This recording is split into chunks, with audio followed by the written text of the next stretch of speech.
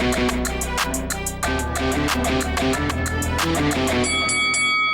guys, welcome to Boxing Squared for boxing news and views from around the internet. We have a new number one in the WBC Top 15. Tyson Fury has ascended to the top with Dillian Whyte coming out. So Dillian Whyte is not ranked in any sanctioning body at the moment, and before people get outraged, it's because he's the WBC interim champion. So that status was restored to him in December 2019 after the whole UCAD situation resolved. So he is reinstated to interim champion, which means he cannot be ranked. So the outrage that I've seen from some people in different videos, comment sections about Whyte not being ranked, it doesn't need to be there, because this just is what would have happened with his interim title status restored. So hopefully people will realize that Dillian Whyte cannot be ranked, and that's because he is deemed to be a champion. But what it does do, there's two things. It ends basically 3 years of Dillian Whyte being the number one ranked challenger and contender in the WBC rankings. He entered in late 2017 and has been number one ever since until now. So the new number one, and this is very, I think, in terms of the promotion of the Deontay Wilder and Tyson Fury rematch, the new number one is Tyson Fury. So there is something to be said to be able to say that Tyson Fury is the number one rated contender in the WBC facing the champion. Albeit this will be a short-lived reign at number one, because obviously the fight coming up in February, depending on what happens, win or lose, he will not stay at number one. But for the purposes of the next few weeks, being able to say WBC number one rated contender, it's good for Fury in the promotion of that rematch, which is really going to creep up on us fast, just over a month away at the time that this video was published.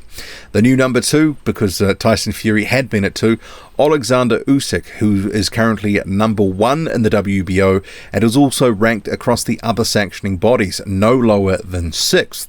But obviously at some point he will drop out of the WBC when he has his title shot in the WBO. So there is going to be some upward movement for the guys below Usyk and Fury. So let's have a look at these names below them. Number 3, and this is interesting because you may recall Dillian Whyte fought Oscar Rivas in July 2019.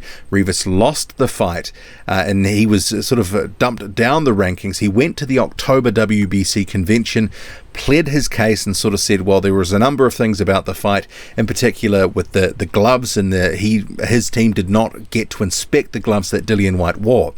The WBC seemingly listened to that, boosted him up the rankings. He was number 5, and then last month he climbed to number 4, and now he's at number 3. So potentially could have a case in the next few months, or 6 months possibly, that Oscar Rivas, without fighting, ascends to the number 1 position in the WBC, coming off a loss. So how about that? But number 4, Luis Ortiz, and he's probably going to benefit from Fury and Usyk coming out eventually. He is at number 4. No word yet on his next fight. He's coming off a loss to Deontay Wilder. You'd have to imagine that Ortiz, his time in the division is limited.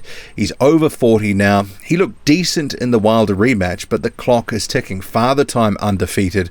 Where to next for Luis Ortiz? Because no point seeing him in meaningless sort of fights. It'd be quite interesting actually if Ortiz and Rivas had some sort of eliminator. I would quite like that. And Rivas actually, he hasn't signed on to either Top Rank or Matchroom. There were talks with both happening in 2019, some sort of co-promotional deal with his current promoter Yvonne Michelle, but maybe they were looking to see where things would land in 2020 with different bits and pieces, especially here in the WBC, where he has a very high ranking.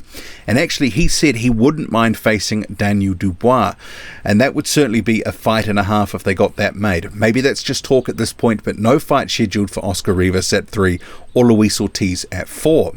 Coming in at 5 after his loss to Anthony Joshua is Andy Ruiz Jr. So straight back into the rankings. Remember, Joshua didn't hold the WBC title, so this is the WBC recognizing Ruiz and placing him here at 5. Also no word when he's coming back. There has been reports suggesting potentially mid-year. You may have seen that Matchroom has made a big offer, 7 figures, for him to fight Dillian Whyte in either March or April, but perhaps he's not ready to come back that soon. We shall shall see. And a guy at number 6 who's actually leapt up 2 spots this month is Adam Kovnarski. He will be facing Robert Helenius in March. That's in New York at the Barclays Center. Not a bad fight. It seemingly is maybe a bit below where some people wanted to see Kovnarski fighting, because there is a sort of perception around Kovnarski that he's a good heavyweight and potentially a top 10 heavyweight, but is he going to be able to sort of beat the guys sort of that are there or thereabouts in the top 10, top 15?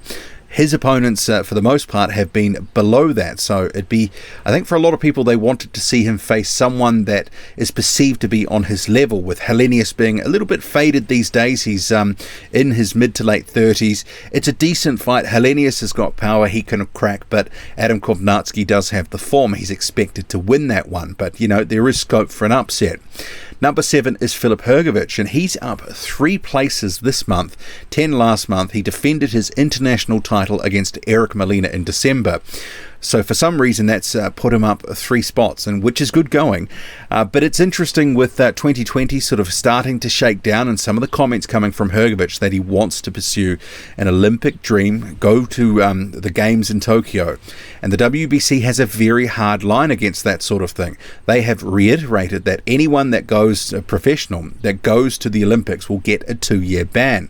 So potentially Hrgović, he could get the wrath of the WBC if he decides to go to Tokyo in later in 2020. What is it, July and August, the games there or thereabouts. But interesting to see what happens with him. There is some talk, a potential fight with Martin Bakole. Both are working with Matchroom at the moment, so we shall see. I'll cover that off in another video. At number 8 is Joseph Parker. He's currently number 2 in the WBO. So his sort of path in 2020 is going to be more dictated by the WBO rather than likely the WBC. Meant to be returning in late February, but we'll have to see what happens with the current situation with Alexander Usyk, Anthony Joshua, the WBO mandatory challenge, which Usyk is waiting, for his shot at the title. If that title is vacated, then obviously Joseph Parker, as the second ranked fighter in the WBO top 15, he'll be potentially Johnny on the spot. But a bit of water to go under the bridge, but probably in the next week or two we're going to find out what's going to happen with that, and that could influence if Joseph Parker fights in late February. And number 9 is Alexander Povetkin, and this is interesting. So he had a draw with Michael Hunter. This is on the Ruiz Jr. and Joshua rematch card in Saudi Arabia. Has a draw, but falls 3 places in this month's update. So I found that a little bit strange. Whereas Michael Hunter, obviously Povetkin's opponent in that fight, he's up 2 places on the back of the draw. So they are number 9 and 10 respectively in this month's update. And a guy who's climbed 5 places this month is Daniel Dubois. So that's courtesy of him winning the WBC silver title against Kyotaru Fujimoto. And you got to say that was a bit of a farce of a fight, and how the silver title was on the line for that lower level sort of fight. It's sort of beyond me, but he's up 5. He was just out of the top 15. He was at 16. Now he's at 11 and seemingly looking for a big year. Talk of a Joe Joyce fight potentially for April. I'm not convinced it gets made that soon, maybe later in the year, but if it does happen, if Joe Joyce and Daniel Dubois is at the O2 in April, very good fight. And at 12 is Joe Joyce, so he falls 1 place this month. Number 13 and number 14 and number 15 all stay the same. That's Derek Chisora, Kubrat Pulev and Ajit Kabial respectively. So that is the latest ranking. So a little bit of movement, some intrigue, and certainly there's going to be more movement in the next couple of months as guys like Tyson Fury and Alexander Usyk come out or down the rankings after fights that they'll be having.